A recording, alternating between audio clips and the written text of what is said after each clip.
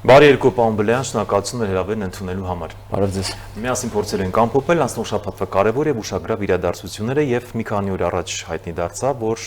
Բաքվի բռնապետը, այսպես ասած, ազատազրկման դատապարտեց ՑՄ Արցախի ռազմաքաղաքական ղեկավարներից որոշներին էլ 20 տարի, 15, 19 եւ այլն։ Մենք խոսում ենք խաղաղությունից։ Զուգահեռ իրականության մեջ մրցանակներ են ստանում Հայաստանի ղեկավարը, Ադրբեջանի ղեկավարը, Զայեդ եղբայրության մրցանակն է եւ նույն զուգահեռ իրականության մեջ խաղաղությունը փորձում ենք կերտել, բայց գերի ունենալով խաղաղությունը կարծես դառնում է հակահամակարգային։ Ինչ է կատարվում, ինչ է անում Ադրբեջանը։ Այնուամենայնիվ կարծում եմ ի վերջո այդ գերիներին ազատելու են, որովհետեւ թեկուզ ֆարսային մի իրավիճակում մենք տեսնում ենք այդ դատավարությունները, բայց պետք է իրենց տրամաբանական ավարտին հասցվեն եւ տրամաբանական ավարտը տեղ ունեցավ այդ օրը եւ դատավճիռներն արդեն արձակեցին եւ դրանից հետո ես շատ մեծ հույս ունեմ, որ խաղաղության համաձայնագրի արդեն բուն ստորագրումից հետո ի վերջո առաջին փուլով կվերադառնան այդ զինվորներն ու քաղաքացիական անձինք, երկրորդ փուլով արդեն Ղարաբաղի վերնախավը։ Մյուս կողմից շատ հետաքրքիր էր, որ դա հենց զուգադիպեց Ֆրանսիայի խորհրդարանի այն հայտարարությանը, որով նա պահանջում էր գերիների ազատագրումը, տպավորություն կա, որ միգուցե դա նույնիսկ պատասխան էր Ֆրանսիային։ Այստեղ, գիտեք, Ադրբեջանը հապես սիրում է սիմվոլիկ գործողություններ անել, մենք դա տեսել ենք, եւ այստեղ մենք տեսնում ենք մի այնպիսի իրավիճակ։ Ես այնուամենայնիվ նաեւ հույս ունեմ, որ փոխնախագահ Վենսի գալով մենք կարողանանք նամանավանդ երբ նա ամսվա վերջում արդեն կգնա կայցելի Բաքու, մենք կարողանանք որոշ գերիների հետ վերադարձ տեսնել, չնայած Ջեյդի Վենսի այցելությունը դա պատմական կարևորության նշանակություն ունի եւ շատ լավ կլինի, որպեսզի նաեւ հումանիտար հարցեր կարողանանք իր հետ։ Այո, որովհետեւ նույն Արամ Կաթողիկոսը, նամակ էր հղել Արցախի թեմի առաջնորդն էր նամակ հղել, խնդրանք նամակ, որ ոչ միայն գերիների հետ կապված հարցերը լուծեն, այլև պատմամշակութային այնտեղ բոլոր հուշակաթուղթեր եւ банքեր եկեղեցիներ չավերվեն։ Այդուհանդերձ դուք նշեցիք, այո, Ֆրանսիայի սենատը ընդունել էր բանաձև, վերջերս էլ ԵԽԽՎ-ն էր ընդունել բանաձև, բայց այդ բանաձևերը կարծես ոչինչ չեն տալիս, ոչ Ալիևին, ոչ էլ այդ երկրին։ Մենք տեսնում ենք, որ նրանք տենց կանոնակարգված գնում են հակահայկական քարոզչություն իրականացնելու, բայց զուգահեռ նույն իրականության մեջ խաղաղության մասին ենք խոսում մենք։ Խաղաղության մասին են քիչ թե շատ խոսում նրանք։ Միջազգային դերակատարները, որոնք ներգրաված են այս խաղաղության բուն process-ում, կարծես այդքան էլ ակտիվ գործունեություն չեն ծավալում։ Այս մասով ձեր մեկնաբանությունը։ Գիտեք, թարապես մենք կարող ենք ասել, որ միջազգային կառույցներն իրենց ուժը փոքր-ինչ կորցրել են, այն ինչ կար առաջ, նամանավանդ հաշվի առնելով, որ թարապես իրավունքի վրա հիմնված աշխարհակարգն է փլուզման եզրին կամ միգուցե փլուզվել է, մենք դա դեռ չենք կարողանում կամ քաջություն չունենք գիտակցելու եւ այդ պարագայում, բայց այնուամենայնիվ մենք պետք է հասկանանք, որ նաեւ այդ հայտարարությունները, մանավանդ ԵԽԽՎ հայտարարությունը ի վերջո կարևոր քայլ է, որպեսզի եւս մեկ թեկուզ քաղաքական ազդակ կամ միգուցե դիվանագիտական ճնշում լինի Ալիևի վրա, որպեսզի այդ գերիների վերադարձը մեկ օր շուտ արագացվի։ Բայց ունենք այն ինչ ունենք, մենք ի վերջո տասնամյակ տարիներ շարունակ եղել ենք հակամարտության մեջ եւ իդեպ եթե հիշենք մինչեւ 2016 թվականը նույնիսկ Ադրբեջանը բոլոր միջազգային հարթակներով փորձել է բարձրացնել այդ հարցը, մեզ անվանել օկուպանտ, բարձրացել է իրենց պատմամշակութային, ինչ օբյեկտների, այսպես ասած,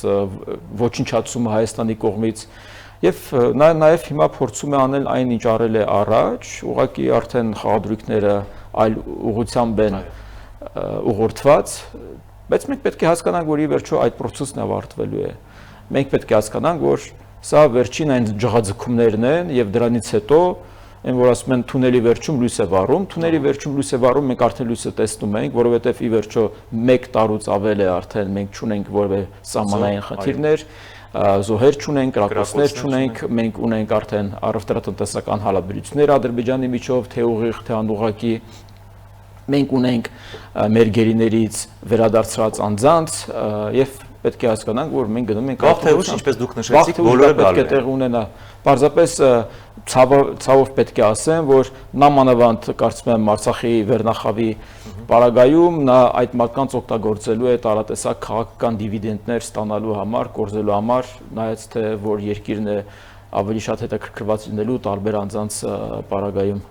Շատ կարևոր մի, ինչպես դուք նշեցիք, պատմական իրադարձություն է նաև տեղի ունենում, 2 օրից Հայաստան է ժամանելու փոխնախագահ Միացյալ Նահանգների կարևոր ծանրակշիռ ուժ սուբյեկտ, որը գալիս է Հայաստան, հետո գնալու է Ադրբեջան կամ Ադրբեջան հետո Հայաստան, դեռ պարզ չի, որովհետև Իտալիայում էր օլիմպիական այդ խաղերին մասնակցում էր, եւ մենք ինչ պետք է ակնկալենք, մենք ինչպես պետք է դիրքավորվենք, ինչպես պետք է աշխատենք, ինչպես պետք է ներկայանանք։ Սա պատմական այց է նաև Հարավային Կովկասի համար, որովհետև վերջի այդպիսի նշանակալի այց է եղել է նախագահ Ջորջ Բուշ կրտսերի այցը Թբիլիսի, Վրաստան եւ դրանից հետո եղել է։ Իհարկե մենք ունեցել ենք նաև պետքարտուղար Հիլարի Քլինտոնի այցը, բայց նախագահի կամ փոխնախագահի, այո, այցելությունը շատ կարևոր է եւ իդեպ JD Vance-ի գալով այն ճարտարապետությունը, այդ նոր ճարտարապետությունը Հարավ-Կովկասի ուրվագծվում է։ Եվ այստեղ շատ կարևոր է, որ մենք ունենք տեղեկություն, որ վրացական իշխանությունները եւ Միացյալ Նահանգների իշխանությունները սկսել են բարձր մակարդակի կոմունիկացնել իրենց հնարավոր ապագա զարգացումները, որտեղ գիտեք, իրենց ռազմավարական խարտիան կասեցված է։ Այո։ Նախորդ վարչակազմի ժամանակ, այնինչ մենք ունենք արդեն Միացյալ Նահանգների հետ եւ փաստացի այս տարածաշրջանում հիմա մենք միակ ռազմավարական գործընկերն ենք, բայց ես կուզեմ, որ մենք 3 երկրներն էլ լինեն ռազմավարական գործընկերներ Միացյալ Նահանգների, որտեղ մեր համար կարևոր է, որպեսզի 3 երկրներն էլ նախ չլինի որևէ ինչ-որ խանդավառություն, որպեսզի չլինի շատ լուրջ մրցակցություն, այլ լինի առողջ մրցակցություն, համագործակցություն եւ այդ բարեդրացական հարաբերություններ եւ այդ 3 երկրներով մենք կարողանանք շարժվել առաջ եւ թարապես մոռանանք ինչ է եղել անցյալում, չխորանանք, թե ով է եղել մեղավոր, բոլորս էլ գիտենք, բայց ինչ եղել է, եղել է։ Հիմա մենք պետք է նայենք դեպի ապագա, դեպի պայծառ ապագա, դեպի համագործակցություն եւ դուրս գանք փակուղային իրավիճակից։ Մի օր էլ Վրաստանում եւ Ադրբեջանում կլինեն արդեն այն իշխանությունները, մեր սրտի իշխանությունները, մենք միայն ուրախ կլինենք։ Պարոն Բլեյան, խոսեցինք JD Vance-ի այցից, բնականաբար TRIP-ի շրջանակներում է ամենակարևոր թեման, որտեղ Ռուսաստանի Դաշնությունը սկսել է ինչ-որ հայտարարություններ անել, բառացիորեն 3 եւ այսօր Կոպիրկինը նշեց, որ Ռուսաստանի Դաշնությունն նույնպես հետաքրքրված է եւ ուզում է մեծ ներգրավվածություն ունենալ TRIP-ի հետ կապված։ Այն դեպքում, երբ 44 օրյա պատերազմում ՀԱՊԿ անդամ լինելով Հայաստանը, նա չէր ճանաչում այդ տարածքները։ Ինչպես են ռուսները այսպես ոգևորվել եւ ինչ են ուզում հասկացնել։ Դեակներով է, որ իրենք հեռանում են տարածաշրջանից եւ հեռանում են եւ հեռացվում են տարածաշրջանից եւ իրենք փորձում են այս կամ այն կերպ իրենց տեղը գտնել, բայց նաեւ իրենք փորձում են խոչընդոտել կամ նույնիսկ հարամել այն, ինչ մենք կարողացել ենք Միացյալ Նահանգների հետ ձեռք բերել, եւ դա այդ TRIP-ի ճանապարհն է, Թրամփուղին է, որովհետեւ Ռուսաստանի Դաշնության աշխարհաքաղաքական շահերից չի բխում, որպեսզի այստեղ լինի նմանատիպ տնտեսական համագործակցություն Հայաստանի, Ադրբեջանի, Եվրոպայի, Միջին Ասիայի, Միացյալ Նահանգների կուրատորությամբ եւ նա փորձելու է հնարավորինս ամեն կերպ իր միջամտությամբ փորձել խաթարել այդ հնարավոր գործընկերությունը։ Իհարկե տնտեսական առումով շատ խելամիտ կլիներ, որպեսզի Ռուսաստանի Դաշնությունը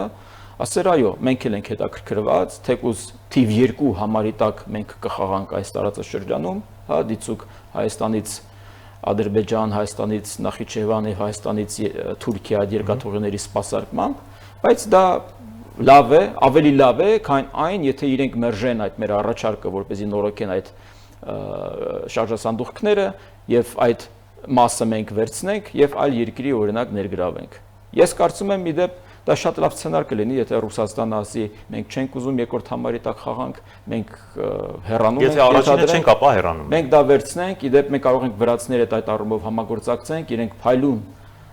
փորձ ունեն իրենց երկաթուղին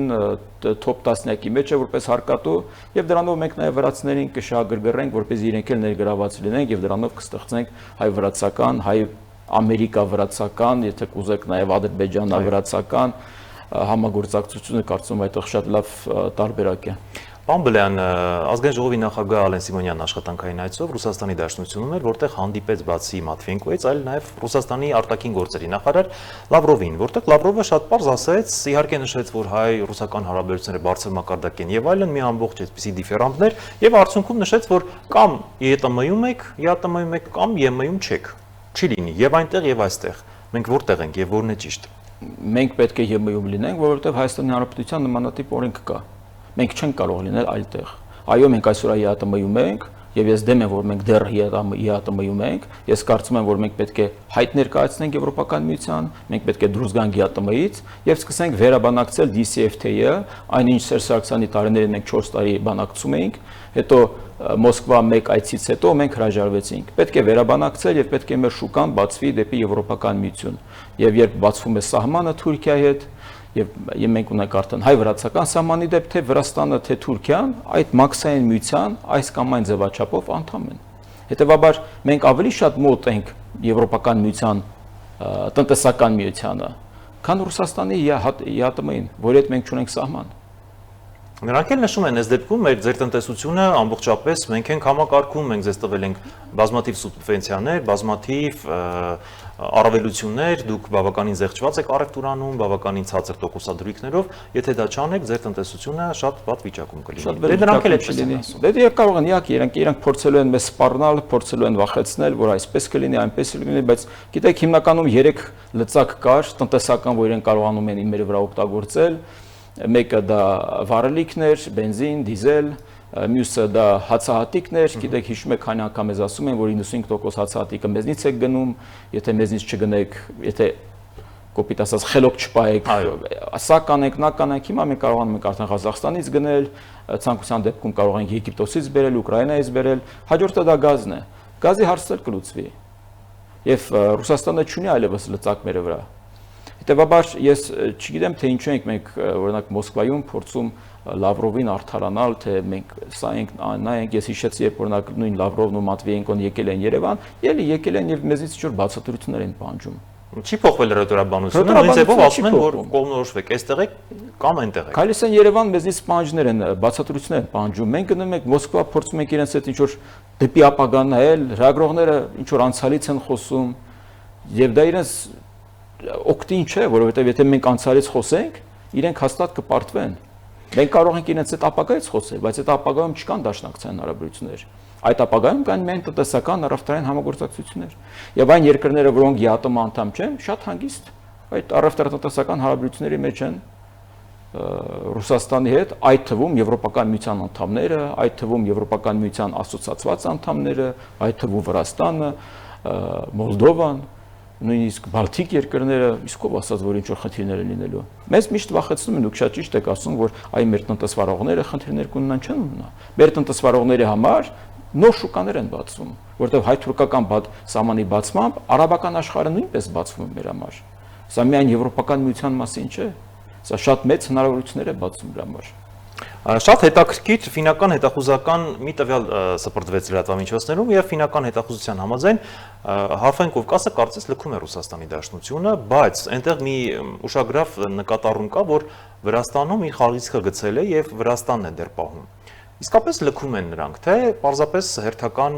տեղեկատվական ինչ-որ արտահոսքերն են։ Իդեպ Ֆինլանդիայի նախագահը նույնպես դրան մասին էր խոսում, որ ոչ միայն Հարավային Կովկաս, այլ նաեւ Միջին Ասիան փորձում է ձերբազատվել ռուսական ճնշումից առաջին հերթին Ղազախստանը, որովհետև նա շատ երկար սահման ունի Ռուսաստանի հետ։ Եվ նաև իրենց հյուսիսում, գիտեք, այնտեղ շատ ռուսալեզու բնակչություն կա եւ իրենք լուրջ վտանգ ունեն այդ առումով եւ իրենք այս հնարավորությունը, որ Ռուսաստանը խրվել ուկրաինական ճաշում, իրենք փորձում են օգտագործել, որպեսզի նաև այս ճանապարհով, այս միջանցքով կարողանան դիվերսիֆիկացնեն իրենց հնարավորությունները եւ կախման մեջ չընկնեն։ Այո, իրենք լքում են Ռուսաստանը լքում է Հարավային Կովկասից եւ դա իրենց քաղաքականության արդյունքն է։ Երբ իրենք 2008 թվականին իրենց վեկտորը փոխեցին դեպի թյուրքական աշխարհ, եւ 2007 թվականին Մյունխենում Վլադիմիր Պուտինը հենց դա էր ասում։ Մյունխենի անվտանգային միջոցառման ժամանակ։ Իրենք արեցին այն ինչ արեցին եւ հիմա այսօր իրենք կարող են բողոքել, բայց իրենք չկարողացան հասկանալ, որ 21-րդ դարում էլ իմպերիաներ չկան։ Բայց Վլադիմիր Պուտինն ասում էր ոչ, մենք պետք է վերականգնենք իմպերիան, Խորհրդային Միության փլուզումը դա կատաստրոֆա էր 20-րդ դարի եւ այլն եւ այլն։ Եվ այսօր իրենք փորձում են անել այն, ինչ անհնար է։ Իրենք չեն կարողանա վերականգնել իրենց Խորհրդային Միությունը։ Ոչ մի նախկին Խորհրդային Միություն չի ուզում դառնալ նորից Խորհրդային Միության անդամ։ Իրենք ուզում են ազատություն, այդ թվում Բելարուսը։ Նկատի ունեն բելարուսցիները։ Եվ փորձենք ամփոփել Հայաստանը այժմ որտեղ է գնում, ինչ քաղաքականություն ենք որդեգրել եւ որ ուղղությամբ ենք շարժվում։ Հայաստանը պետք է շարժվի դեպի խաղաղություն, դեպի զարգացում եւ դեպի ժողովրդավարություն։ Եվ այդ երեք ուղղություններով Ռուսաստանը մեր գործընկերը չի կարող լինել, որովհետեւ Ռուսաստանը ոչ խաղաղության մասին է, ոչ ժողովրդավարության մասին է, ոչ զարգացման մասին է։